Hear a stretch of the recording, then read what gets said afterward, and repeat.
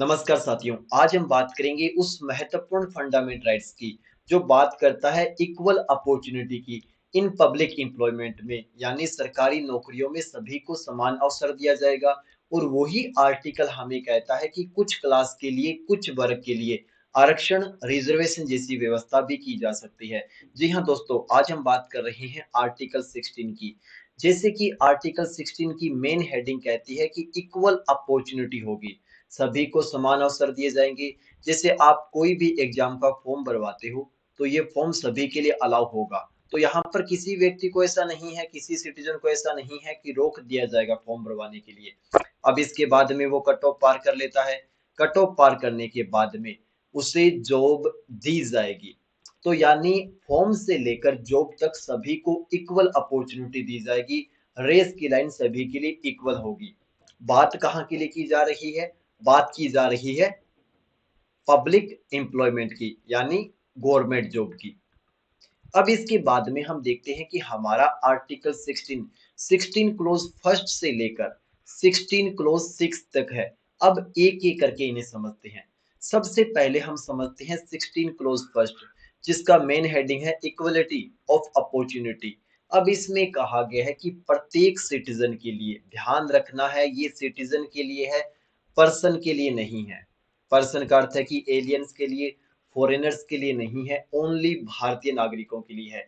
तो भारतीय नागरिकों को इक्वल अपॉर्चुनिटी दी जाएगी गवर्नमेंट जॉब में, वहां पर एम्प्लॉयमेंट में भी। और बाद में कोई नियुक्ति होती है, अपॉइंटमेंट होता है, तो वहां पर सभी का ध्यान रखा जाएगा, सभी के साथ इक्वलिटी जैसा ट्रीटमेंट किया जाएगा।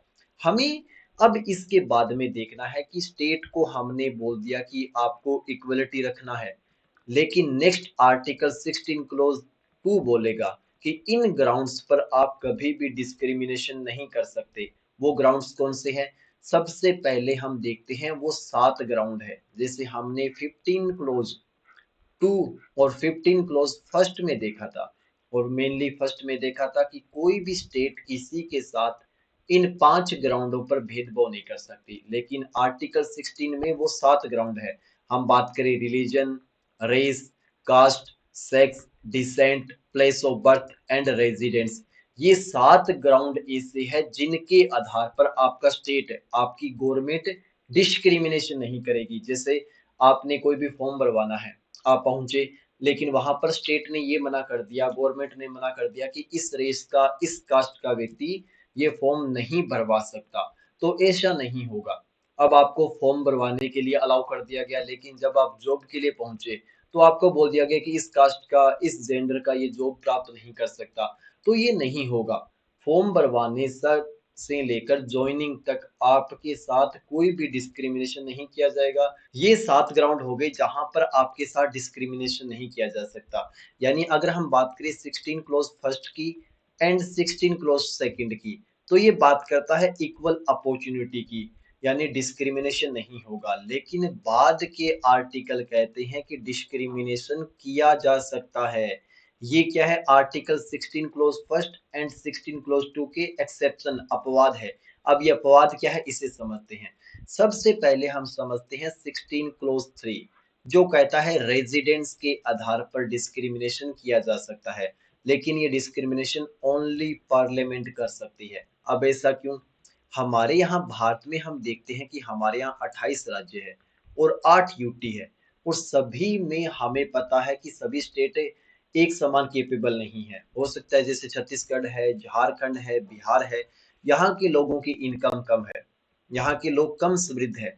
तो देन यहाँ की जॉब ये उन्हीं व्यक्तियों के लिए, उसी राज्य के लिए रिजर्व की जा सकती है कुछ सीटें। तो कौन करेगा? पार्लियामेंट करेगा। क्यों करेगा? क्योंकि वो स्टेट क्या है? बीमारू स्टेट है, उनकी कंडीशन अच्छी नहीं है।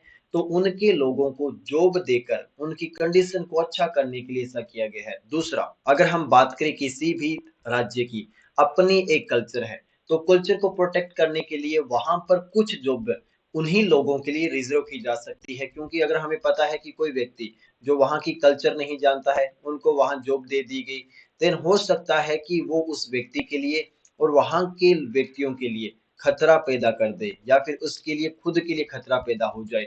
इस कंडीशन में कुछ जॉब किसी राज्य विशेष के लिए रिजर्व रखी जा सकती है। एक डेवलपमेंट के अकॉर्डिंग, दूसरा कल्चर को प्रोटेक्ट करने के अकॉर्डिंग। ये दोनों आर्टिकल 16 क्लोज 3 के अकॉर्डिंग पार्लियामेंट लॉ बनाकर कुछ सीटें किसी स्टेट के लिए रिजर्व कर सकती है।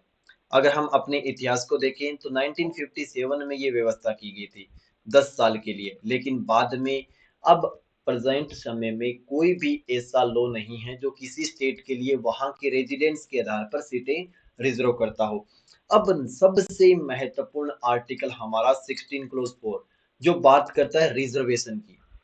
हमारे आर्टिकल और फंडामेंटल राइट्स में रिजर्वेशन शब्द लिखा हुआ है कि कोई भी व्यक्ति उसको रिजर्वेशन दिया जा सकता है। जैसे हम 1950 की बात करें तो कुछ लोग जमींदार थे।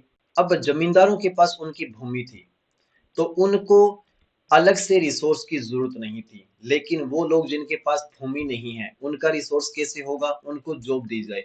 तो हमारे यहाँ हमारे कॉन्स्टिट्यूशन मेकर ने स्पेशल आर्टिकल 16 क्लोज 4 रखा जो भी बैकवर्ड क्लास है उनके लिए।